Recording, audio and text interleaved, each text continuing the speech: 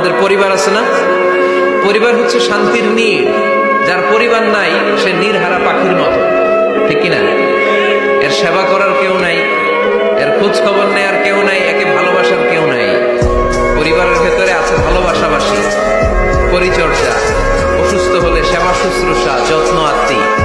আমরা একটা প্রশান্তির জায়গা খুঁজে পাই পরিবারের ভেতরে, ঠিক কিনা?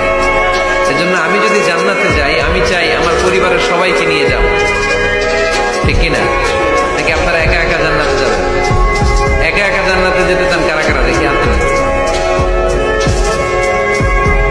হ্যাঁ, ওই যে হাত তুলছেন। একা একা যাইতে হয় বালা না, একা একা যাওয়া যাবে না, আমরা সবাই মিলে যাবো ইনশাল্লাহ। পড়েন।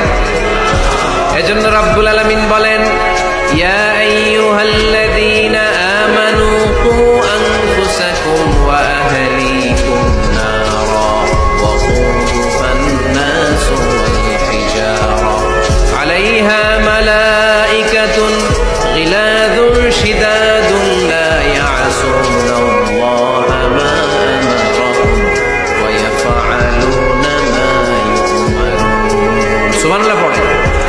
আল্লাহ ডেকে বললেন, ও বিশ্বাসীরা শোনো শোনো, তোমরা নিজেদেরকে জাহান্নামের আগুন থেকে বাঁচাও, নিজেদের পরিবার বর্গকেও ওই জাহান্নামের আগুন থেকে বাঁচাও।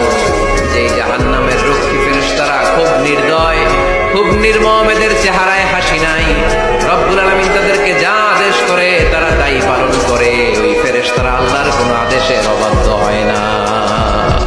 ওই জাহান্নামকে ভয় করো, আর জাহান্নাম থেকে নিজেও বাঁচো, নিজের পরিবারকেও বাঁচাও। নিজেও বাঁচতে হবে, পরিবারকেও বাঁচাতে হবে, নিজেও জান্নাতে যেতে চাই। আব্বা আম্মা, স্ত্রী, সন্তান, ভাই বোন সবাইকে নিয়ে জান্নাতুল ফেরদাউসে থাকতে চাই, ঠিক